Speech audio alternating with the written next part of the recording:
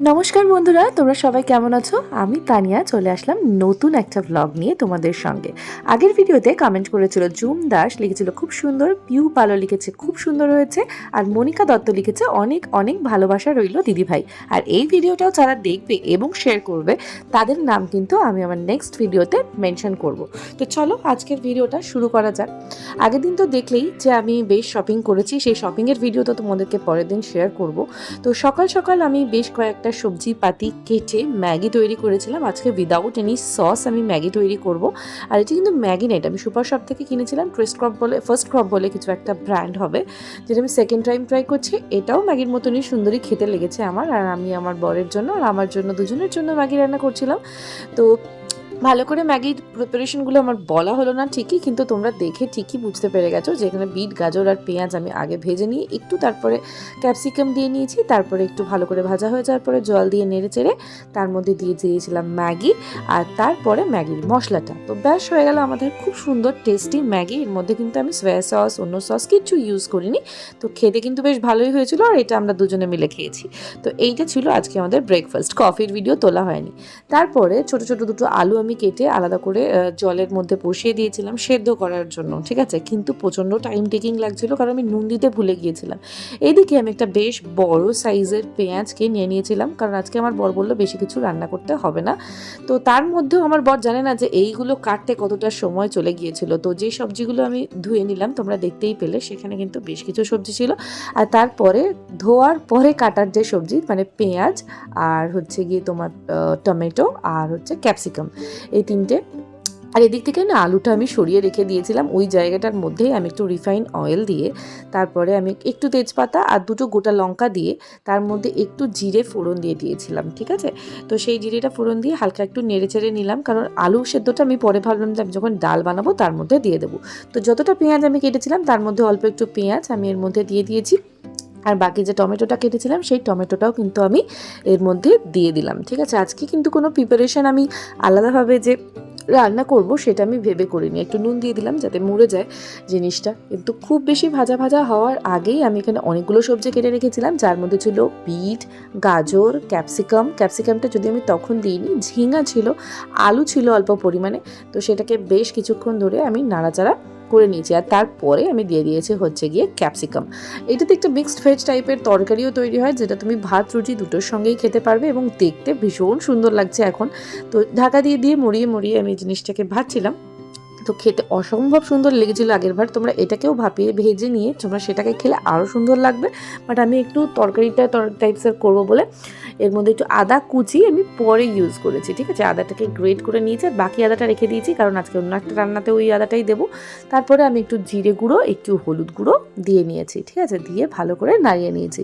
এর মধ্যে মশলাপাতি সেরকমভাবে আমি কিছু ইউজ করি না। আর তোমরা দেখতেই পেলে আমি কত কম তেল দিয়ে রান্না করি, ঠিক আছে। আর যেহেতু আমি লঙ্কা খেতে খুব একটা ভালোবাসি না, আর লঙ্কা আমার শ্যুটও করে না, তাই আমি একটু গোলমরিচ গুঁড়ো দিয়ে দিয়েছি। আর এইদিকে আমি একটা জায়গায় মানে ইলেকট্রিক কেটলের মধ্যে একটু জল গরম করতে বসিয়ে দিয়েছি। দেখতেই পাচ্ছ, এই দেখো লাল রঙের একটা সুইচ জ্বলছে, মানে এটা চলছে, ঠিক আছে। যেটা দিয়ে আমি সবসময় কফি বানাই। যাই হোক, তো জলটা গরম করে এই তরকারিটার মধ্যে আমি দিয়ে দিলাম। আগের দিন এই তরকারিটা রান্না করেছিলাম জল ছাড়াই, বেশ সুন্দর হয়েছিল। তো আজকে একটু জল দিয়ে করলাম, আগের দিনও কিন্তু ডিম দিয়েছিলাম। তো এইটার মধ্যেও আমি একটা ডিম ভেঙে দিয়ে দিলাম। এবারে কিছুক্ষণ রাখার পরে তোমরা দেখছো ডিমটার থেকে একটা ব্লক টাইপসের চলে আসছে। তো সেই ডিমটাকে ভালো করে এটার মধ্যে মিক্স করে দিলে ডিমের একটা ফ্লেভার এইটার মধ্যে চলে আসে। তাই তোমাদের যদি নিরামিষ খাবার খেতে খারাপ লাগে তাহলে ট্রাই করতেই পারো। অনেকে পেঁয়াজকে নিরামিষ বলে, আবার অনেকে আমিষও বলে। যাই হোক, তারপরে আমি একটু কসুরি মেথি দিয়ে দিয়েছি। দেখতেই পাচ্ছ আমি কিন্তু খুব বেশি মশলাপাতি একেবারেই ইউজ করিনি রান্নার মধ্যে। আর যেহেতু কালারটা এরকম দেখছো, কারণ হচ্ছে বিটের কালারটা যদি তুমি ভাজা করতে তাহলে বেশি দেখা যেত। আর তারপরে আজকে মুগ ডাল বানাবো। এবারে মুগ ডাল বানানোর জন্য আমি এই কাপের পরিমাণে 1 কাপ দিয়ে নিলাম, আর তারপরে এতটুকুনি পরিমাণে দিয়ে দিলাম, ঠিক আছে। এটা কিন্তু শুকনো কড়াইয়ের মধ্যে দিয়েছি। শুকনো কড়াইয়ে দিয়ে দেওয়ার পরে ভালো করে নাড়িয়ে নিচ্ছি, দেখতেই পাচ্ছ তোমরা। তো এটা আমি একটা অন্য কড়াইয়ে বসিয়েছি, আর অন্য একটা স্প্যাচুলাও ইউজ করেছি। আমি কাঠেরই ইউজ করি।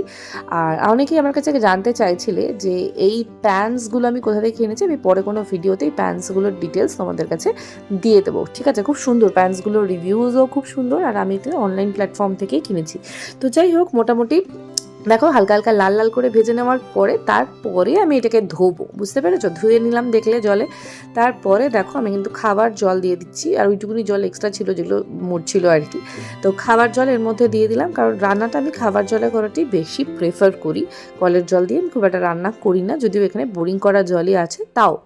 তারপরে আমি অল্প একটু নুন দিয়ে দিলাম, তারপরে এটাকে আমি আরেকবার একটু নাড়িয়ে নিলাম, দেখতেই পাচ্ছ বেশ ভালো করে মোটামুটি যখন যাতে জলটা ফুটে যায়, এবং মুগ ডাল সিদ্ধ হতে অনেক টাইম লাগে, সেটা আমি শিখে গিয়েছি, ঠিক আছে। তো ঢাকনা লাগিয়ে দিলাম। আর জানো তো আগে যে আলুগুলো রেখে দিয়েছিলাম সাইড করে, আমি ভাবলাম যে আলুগুলো এর মধ্যে দিয়ে দিই, তো তাহলে সিদ্ধ হয়ে যাবে। দেখো ডালের সাথে সাথে আলুগুলো একদম সিদ্ধ হয়ে গেছে, তো আলুগুলো আমি সাইড করে রেখে দিয়েছি। আর এদিকে দেখো আমার ডালটাও মোটামুটি সেদ্ধ হয়ে গেছে, তাই আলাদা করে নামিয়ে নেওয়ার পরে সেম জায়গাটার মধ্যেই আমি অল্প একটু তেল দিয়ে দিলাম, যদিও আমার কাছে এই তেলটা বেশি হয়ে গেছে। যাই হোক, তারপরে একটু তেজপাতা ফোড়ন দিয়ে দিলাম, আর তারপরে একটু জিরে ফোড়নও দিয়ে দিলাম, আমি জানি না কী ফোড়ন দিতে হয়। তো তারপরে আমি ওই কুচিয়ে রেখেছিলাম না কিছুটা আদা, সেই আদাটা আমি এর মধ্যে দিয়ে দিয়েছি, দেখতেই পাচ্ছ। তো তারপরে দুটো শুকনো মানে কাঁচা লঙ্কাও আমি দিয়ে দিলাম, যদিও লঙ্কাগুলো একটু শুকনো হয়ে গেছে, আমাকে আবার কাঁচা লঙ্কা কিনে নিয়ে আসতে হবে।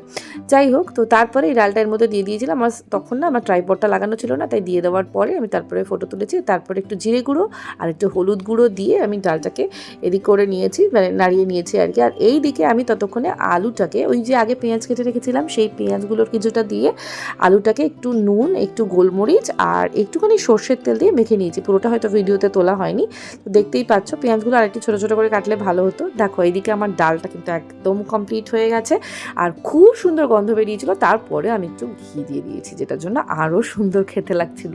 মানে আমি পরে একটু টেস্টও করে দেখেছি, আর রান্নাটা খাওয়ার পরেই আমি তোমাদের সাথে ভিডিওটা এডিট করছি। সত্যিই সুন্দর হয়েছে ডালটা, আমার তো পার্সোনালি ভালো লেগেছে। নিজের গুণগান নিজে করবো না তো আর কে করবে? তো যাই হোক, আর আমার শাশুড়ি মা চিংড়ি মাছ পাঠিয়েছিল, চিংড়ি মাছের বড়াও পাঠিয়েছিল। এই যে চিংড়ি মাছের বড়া, আর ওই যে আগের পেঁয়াজ কেটে রেখেছিলাম সেই পেঁয়াজটাকে একটু স্যালাড বানিয়ে নিয়েছি, একটা আম কেটে নিয়েছি। ভিডিওটা কেমন লাগলো অবশ্যই জানি।